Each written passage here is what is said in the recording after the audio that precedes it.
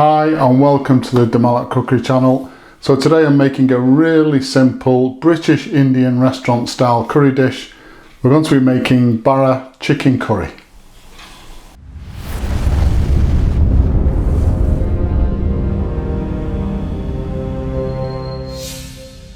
So this is another restaurant or takeaway style recipe given to me by a chef who actually works within the industry.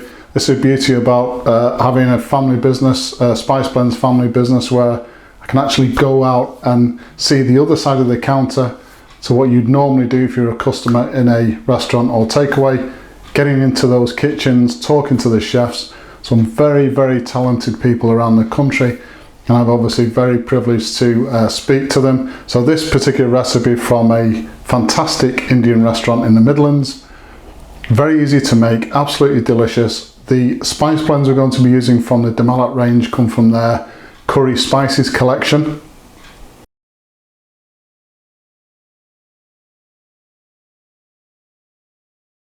And as usual, a full list of ingredients will be given at the end of the video, so let's have a look at those ingredients now and anything else we're going to need for today. So the ingredients for this particular recipe, and some of these ingredients are key to a good British Indian restaurant curry anyway.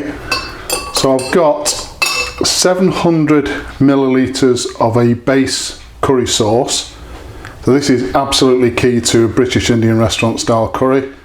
Either make your own, or obviously Malat make their own curry based gravy.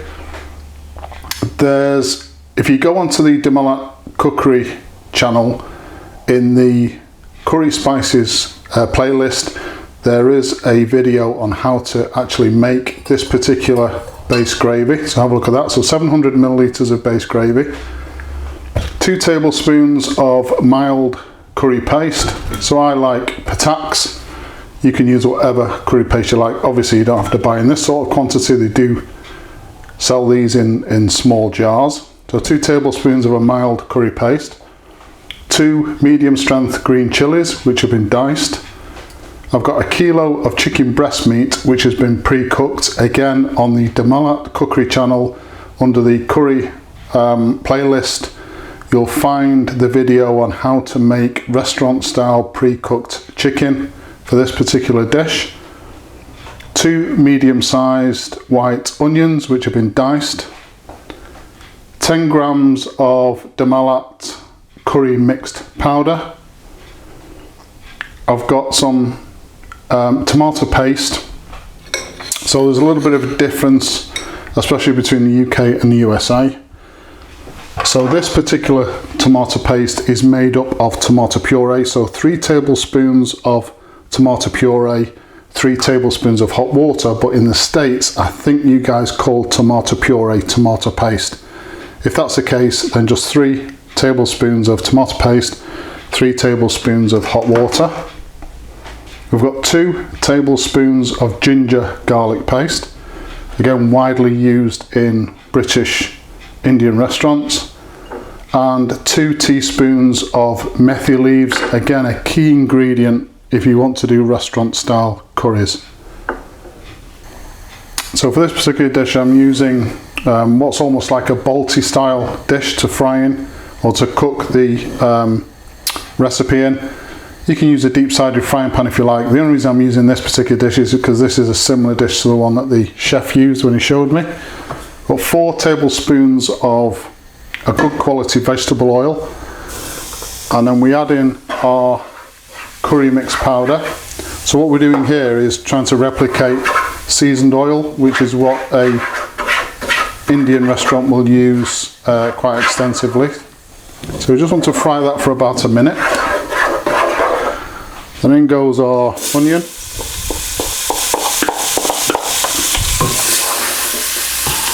And again, we just want to soften these onions slightly, so 2 or 3 minutes over a medium heat.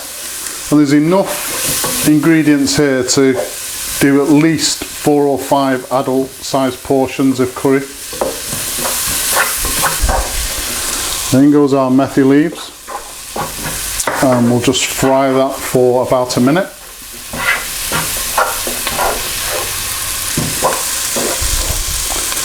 our chilies, our diced chilies, and the ginger garlic paste.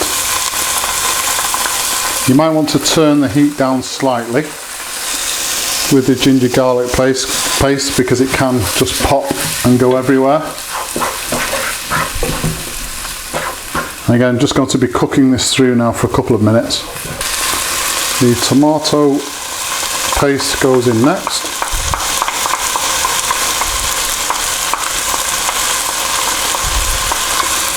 And just fry that for a minute or so just to take the edge off the tomatoes.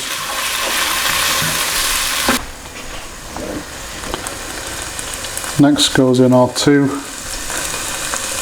tablespoons of mild curry paste.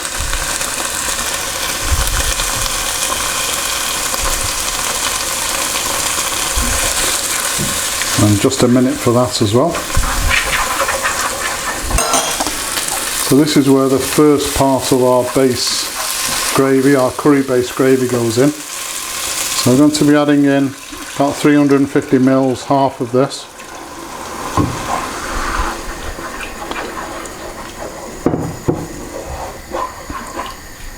And just bring that back up to temperature, leave it to simmer for about 2 or 3 minutes. And in goes our pre-cooked chicken.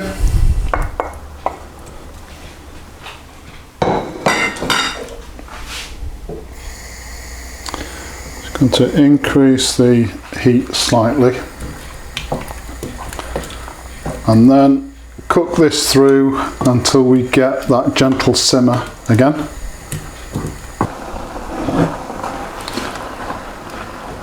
So once we get back up to that gentle simmer, it's entirely up to you what you do from here. So there are lots of regional differences with regard to takeaway food, and one of them with curries I've noticed is the amount of sauce with a curry.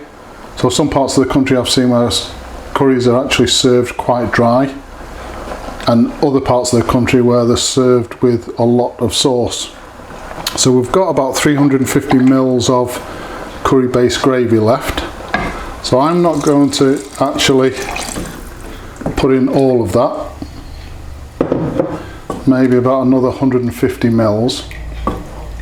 What I'm going to do now, bring it back up to a gentle simmer with the lid off, and then leave this to simmer for about 30 to 40 minutes until the oil comes to the top of the curry.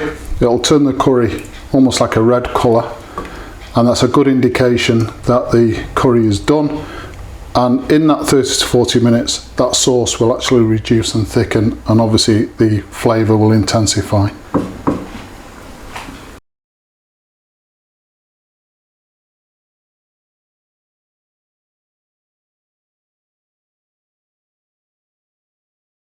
So there you go, Dhaba Chicken Curry. Absolutely delicious British Indian restaurant style curry using that base sauce.